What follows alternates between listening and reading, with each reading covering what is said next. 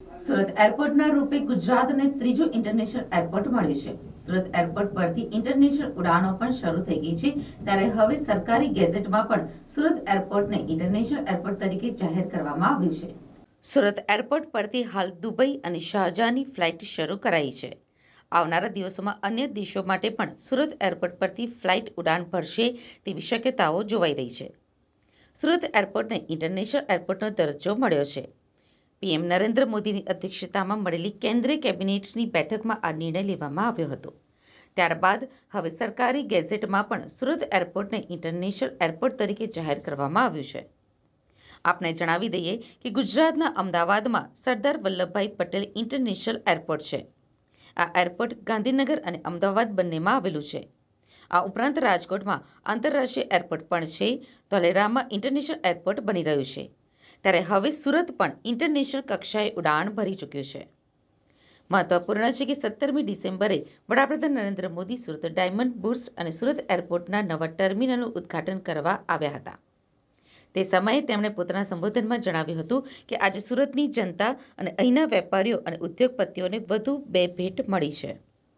Diamond બુર્સની સાથે આજે જ સુરત એરપોર્ટના નવા ટર્મિનલનું ઉદ્ઘાટન કરવામાં આવ્યું છે અને બીજી મોટી વાત એ છે કે હવે સુરત એરપોર્ટને ઇન્ટરનેશનલ એરપોર્ટનો દરજ્જો મળ્યો છે.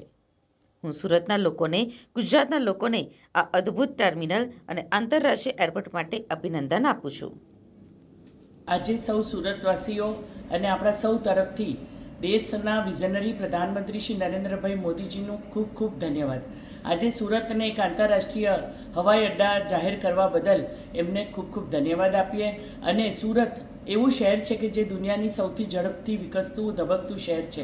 આ શહેરની જરૂરિયાતોને ધ્યાનમાં રાખીને અહીંયાના ઉદ્યોગ વેપાર ધંધાને વેગ મળે એના માટે હીરા ઉદ્યોગ હોય, ટેક્સટાઇલ ઇન્ડસ્ટ્રી હોય, જરી ઉદ્યોગ હોય કે આંતરરાષ્ટ્રીય કક્ષાના બિઝનેસ માટે અને જે ઇન્ડસ્ટ્રીયલ બેલ્ટ છે, અનેક કંપનીઓ અહીંયા છે, રિલાયન્સ, હજીરા, ઓએનજીસી, આ બધાને જ વેગ મળે એના માટે જે સુરત અને આંતરરાષ્ટ્રીય હવાઈ અડ્ડા તરીકે જે જાહેર કરવામાં આવ્યું છે તે બદલ ખૂબ આનંદ અને હર્ષની લાગણી અનુભવ કરું છું.